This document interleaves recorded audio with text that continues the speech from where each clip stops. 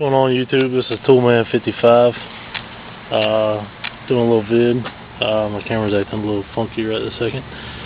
I'm doing a vid on, I'm going to show you, of course, my power wires under the hood, and I'm also going to be swapping out this Duralast gold top and putting in a red top Optima.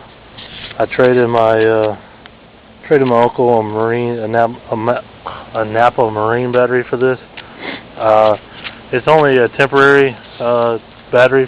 It's got to be better than this Duralast because you're going from wet cell with this to dry cell with this one. So it's got to be better than it. It's just a temporary thing. I have a D3400 from Excess Power already. I hadn't got the wire, the zero gauge in for to put it in my truck. As far as wiring up the two batteries, that's going to be coming pretty soon.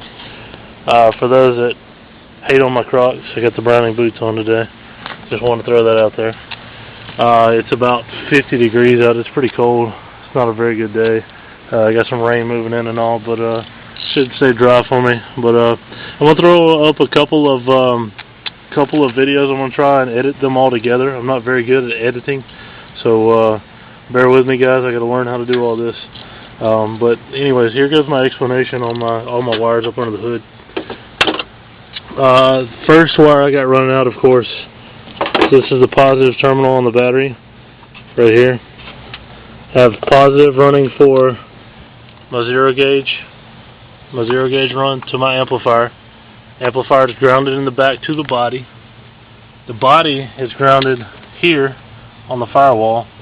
Is grounded and goes here, snakes up right through there to the ground on my alternator. Then my alternator is grounded to my frame, and my battery is also grounded to my frame. Now, this other run here is a second run. Oh, of course, I'm sorry, I left this out. This one here runs off of my alternator positive. It snakes right here and runs right up to my alternator positive right here. Okay, this and then this other little smaller wire down here, this is a 4-gauge run to my 4-channel amp, which I do not have right now. I've got the fuse out of it, so it doesn't have power to the back. But that's an explanation of my wires that I run under the hood. So yes, I do have 4 ground wires. Or not 4 ground wires, I'm sorry, I have 3 ground wires and 1 positive. So that's my explanation. Instead of doing a big 3, I went ahead and took everything out of the loop. And if you got any questions about that, I will explain that to you in a message if you just send it to me to my inbox, and I'll give you my theory upon that. But anyways, guys, this is where I'm going to cut. I'm going to unbolt this battery out of here, pull this battery out, and then once I get the new battery in, I'll show you what's going on. Alright guys, a little update here. Give you all real quick. As you can see, I got my battery out. You got all the cables over here, all pushed to the side and all. Yeah, I can't wait to get my XS D3400 up here, but you know, right now I got to use the Optima. It's just the way it works.